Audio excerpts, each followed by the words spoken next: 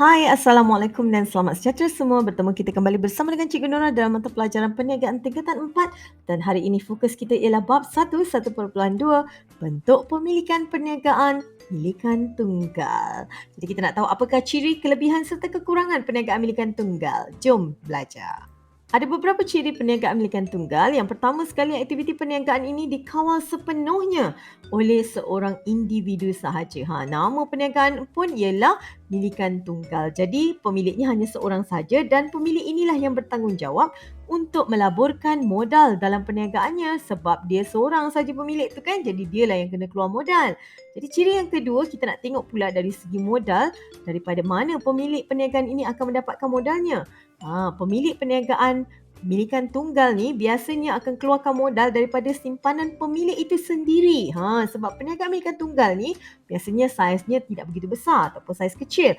Jadi pemilik tu boleh keluarkan duit tabungan dia untuk memulakan perniagaan sebagai modal perniagaan ataupun boleh buat pinjaman daripada saudara mara, agensi kerajaan dan juga institusi kewangan.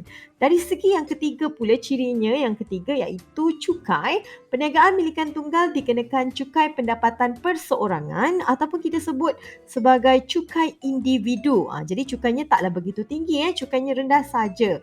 Ciri yang keempat, perniagaan milikan tunggal ni merupakan satu perniagaan yang paling popular di Malaysia.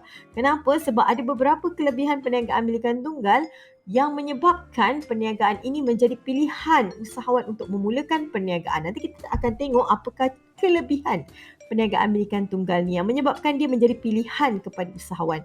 Okey, dan ciri yang kelima, perniagaan milikan tunggal ni dia menanggung liability tidak terhad. Bila kita sebut perniagaan yang menanggung liability tidak terhad, liability ni bermaksud tanggungan ataupun hutang. Bila dikatakan sebagai tidak terhad bermaksud harta peribadinya boleh dirampas apabila perniagaan itu gagal untuk melunaskan hutangnya. Okey, itu dari segi ciri. Kita nak tengok pula apa kelebihan milikan tunggal.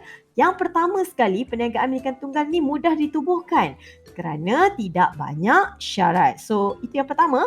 Yang kedua, perniagaan milikan tunggal ini juga mudah ditubuhkan kerana modalnya kecil. Kita tak perlukan modal yang besar untuk mulakan perniagaan milikan tunggal. Yang ketiga, perniagaan milikan tunggal ini mudah diuruskan kerana saiznya kecil. Yang keempat, kelebihan perniagaan milikan tunggal ini ialah bebas. Kita bebas menguruskan perniagaan sebab pemiliknya hanya seorang sahaja.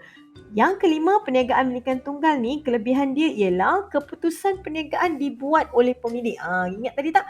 Pemilik perniagaan ini hanya seorang saja. Jadi dia bebas untuk buat keputusan perniagaan. Semuanya terletak di tangan dia. Dia nak cuti hari apa, pakaian bagaimana, reka bentuk macam mana, dia nak hias kedai dan sebagainya. Semuanya terpulang kepada pemilik itu. Yang keenam, dari segi cukai, kelebihan perniagaan milikan tunggal ni menjadi pilihan sebab beban cukainya rendah. Dan yang ketujuh, kelebihannya ialah pemilik hanya membayar cukai individu sahaja. Okey, itu dari segi kelebihan. Kita lihat pula apa pula kelemahan ataupun kekurangan perniagaan milikan tunggal ini. Yang pertama sekali, kelemahannya ialah perniagaan milikan tunggal ini diuruskan secara berseorangan. Ingat, pemiliknya hanya seorang, jadi semua perkara dia kena fikir. Okey, yang kedua, kekurangan perniagaan milikan tunggal ni ialah perniagaannya agak kecil modalnya. Jadi sukar sedikit untuk berkembang sebab modalnya kecil. Yang ketiga ialah beban kerja ditanggung oleh pemilik sebab semua perkara dia kena fikirkan seorang-seorang sebab dia seorang pemiliknya. Okey. Kekurangan yang keempat ialah perniagaan ini biasanya tidak berterusan. Kalau pemilik tu meninggal dunia dan sebagainya, maka perniagaan itu biasanya akan ditutup. Jadi risiko perniagaan ditutup tu agak besarlah jika pemilik itu meninggal dunia. Okey. Kelemahan yang keenam ialah perniagaan milikan tunggal ni kita sukar untuk berkongsi kepakaran sebab kita pemiliknya seorang-seorang, jadi kita tidak ada rakan kongsi yang ada membawa kepakaran masing-masing dalam perniagaan tersebut. Jadi kita hanya menggunakan kepakaran seorang pemilik sahaja.